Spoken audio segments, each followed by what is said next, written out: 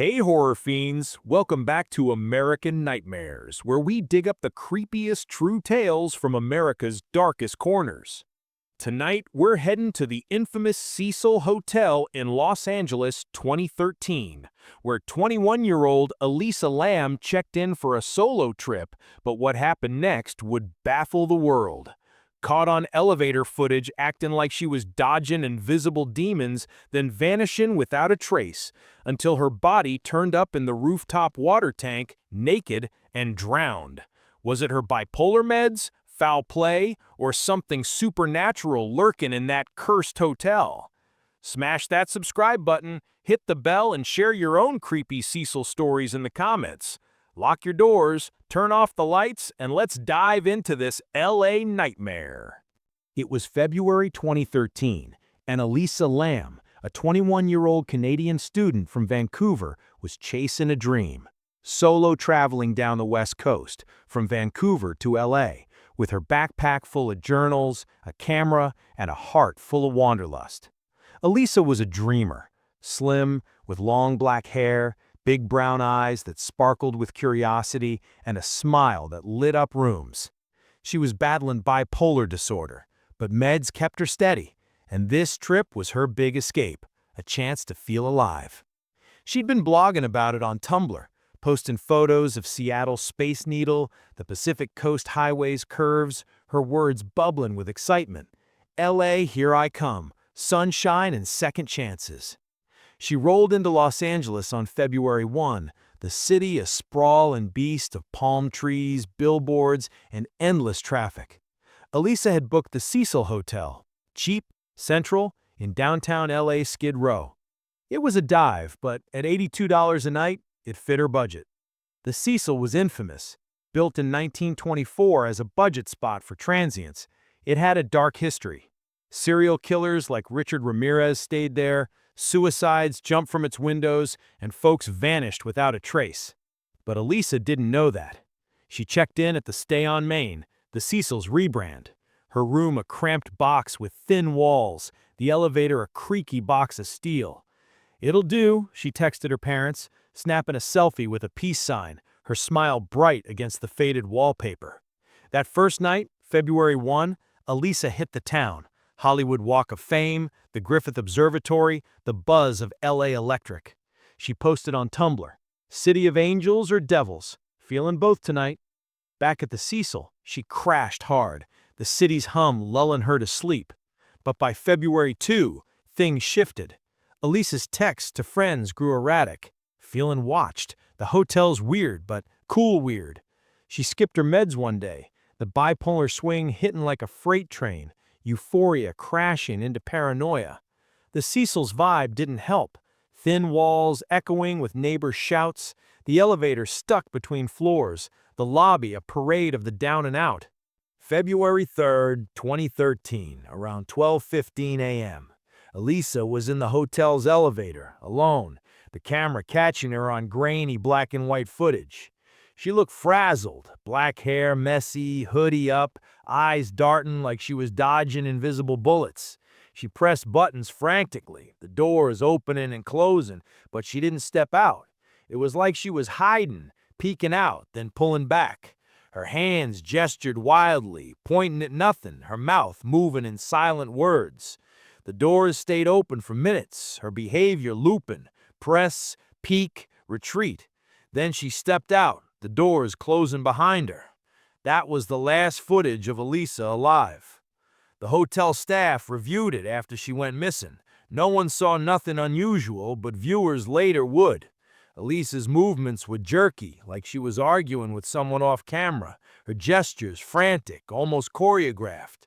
Some said it looked like she was following instructions, step, point, hide. Others saw paranoia, her bipolar flaring under the stress. But the footage spread like wildfire online, millions watching, dissecting every frame. Why the elevator? Why that behavior? And where did she go? Elisa's parents, David and Yina Lam, got worried when she stopped calling. She'd been texting daily, full of excitement, but by February 6th, silence. They called the hotel. Staff said she'd checked out, but her room was untouched, bed made, luggage gone. They filed a missing person report with LAPD, who dragged their feet. Skid Row was a black hole for missing folks, and Elisa was just another name in a stack of cases.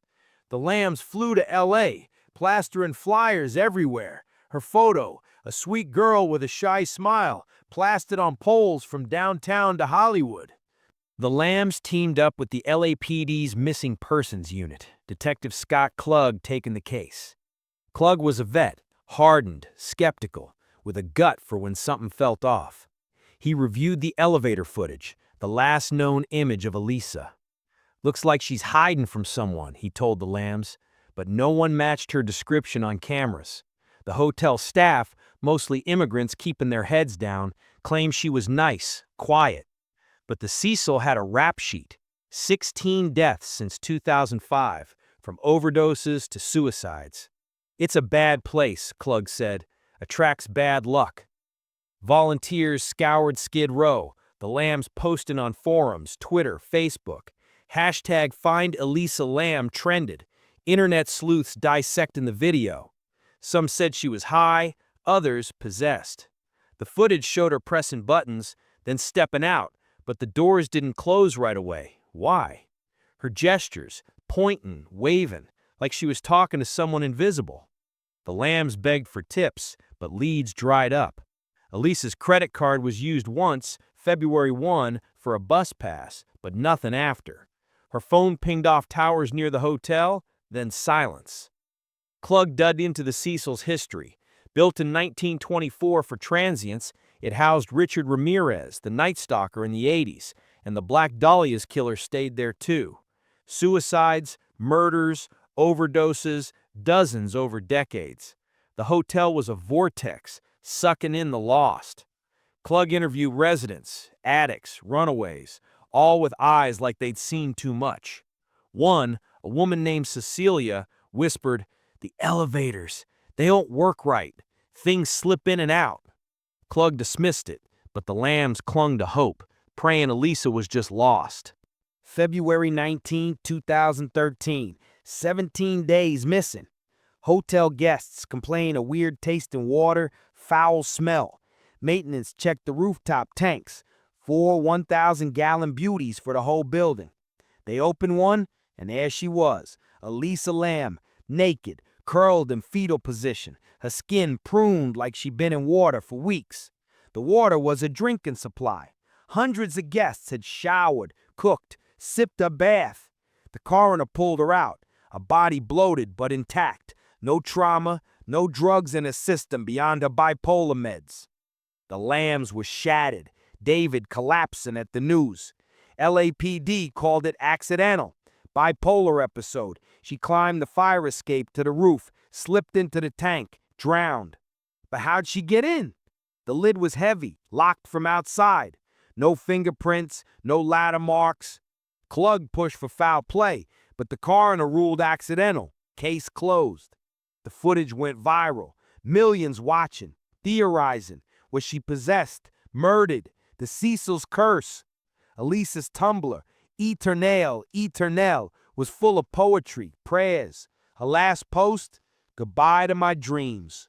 Theories exploded. Some said Elisa's bipolar, manic episode she hid from demons in the elevator, climbed the tank to escape.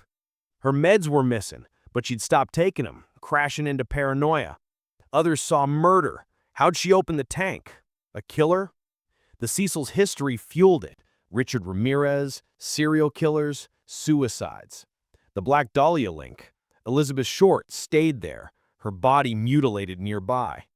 Some said supernatural. The elevator footage showed her talking to nothing, like a spirit.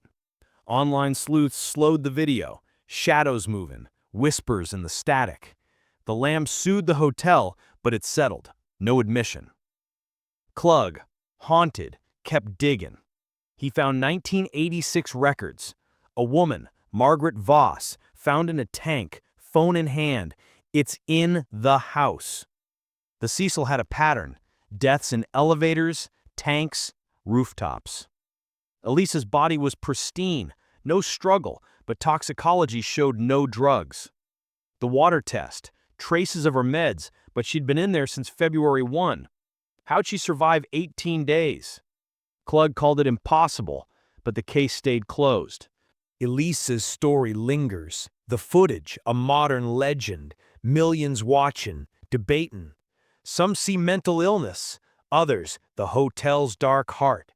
The Cecil closed in 2017, rebranded Stay on Main, but ghosts remain. Elisa's parents keep her memory alive, a scholarship for mental health. But in LA's shadows, whispers persist. Don't stay at the Cecil, it takes you. Elisa Lam didn't come back, but her story haunts us all. Horror fiends, the Cecils just swallowed your soul. This true American nightmares tale of Elisa Lam's 2013 vanishing, elevator freakout, rooftop tank, death unsolved, proves some hotels don't let you check out. That twist, the curse still lurking in the water, got you shook? Smash that like button and subscribe to American Nightmares for more true terrors. Got a creepy Cecil story of your own? Spill it in the comments. We're dying to hear. Hit the bell to catch every scare and share this video to spread the fright. Until the next elevator dings, keep your key card close and your courage closer. This is American Nightmares fading into the dark. Stay haunted.